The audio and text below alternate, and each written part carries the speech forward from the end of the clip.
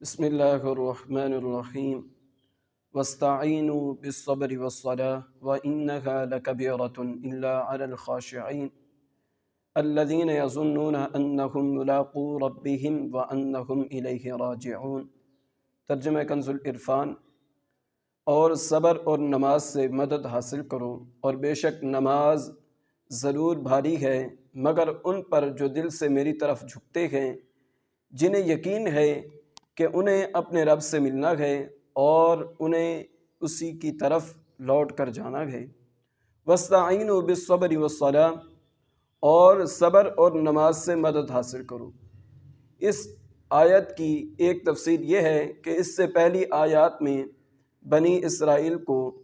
سید المرسلین صلی اللہ تعالیٰ علیہ وسلم پر ایمان لانے، ان کی شریعت پر عمل کرنے، سرداری ترک کرنے اور منصب و مال کی محبت دل سے نکال دینے کا حکم دیا گیا، اور اس آیت میں ان سے فرمایا جا رہا ہے کہ اے بنی اسرائیل، اپنے نفس کو لذتوں سے روکنے کے لیے صبر سے مدد چاہو، اور اگر صبر کے ساتھ نماز سے بھی مدد حاصل کرو تو سرداری اور منصب اور مال کی محبت دل سے نکالنا تمہارے لیے آسان ہو جائے گا۔ بے شک نماز ضرور بھاری ہے، البتہ ان لوگوں پر بھاری نہیں جو دل سے میری طرف جھکتے ہیں۔ دوسری تفسیر یہ ہے کہ اے مسلمانوں، تم رضائے الہی کے حصول اور اپنی حاجتوں کی تکمیل میں صبر اور نماز سے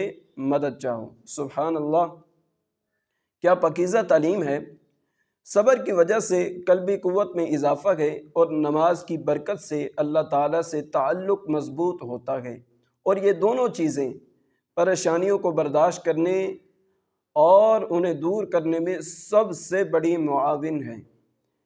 إِنَّهَا لَكَبِيرَةٌ إِلَّا عَلَى الْخَاشِعِينَ، بے شک نماز ضرور بھاری ہے مگر ان پر جو دل سے میری طرف جھکتے ہیں۔ آیت کے اس حصہ اور اس کے بعد والی آیت کا خلاصہ یہ ہے کہ گناہوں اور خواہشات سے بھرے ہوئے دلوں پر نماز بہت بوجھل ہوتی ہے، اور عشق و محبت الہی سے لبریز اور خوف خدا سے جھکے ہوئے دلوں پر نماز بوجھ نہیں، بلکہ نماز ان کے لیے لذت اور سرور اور روحانی و قلبی معراج کا سبب بنتی ہے۔ اور یہ وہ لوگ ہیں جو اپنے رب اللہ عز و جل سے ملاقات پر یقین رکھتے ہیں اور اس مولا کریم کے دیدار کی تڑپ رکھتے ہیں۔ اس میں بشارت ہے کہ آخرت میں مومنین کو دیدار الہی کی نعمت نصیب ہوگی، نیز اللہ تعالیٰ سے ملاقات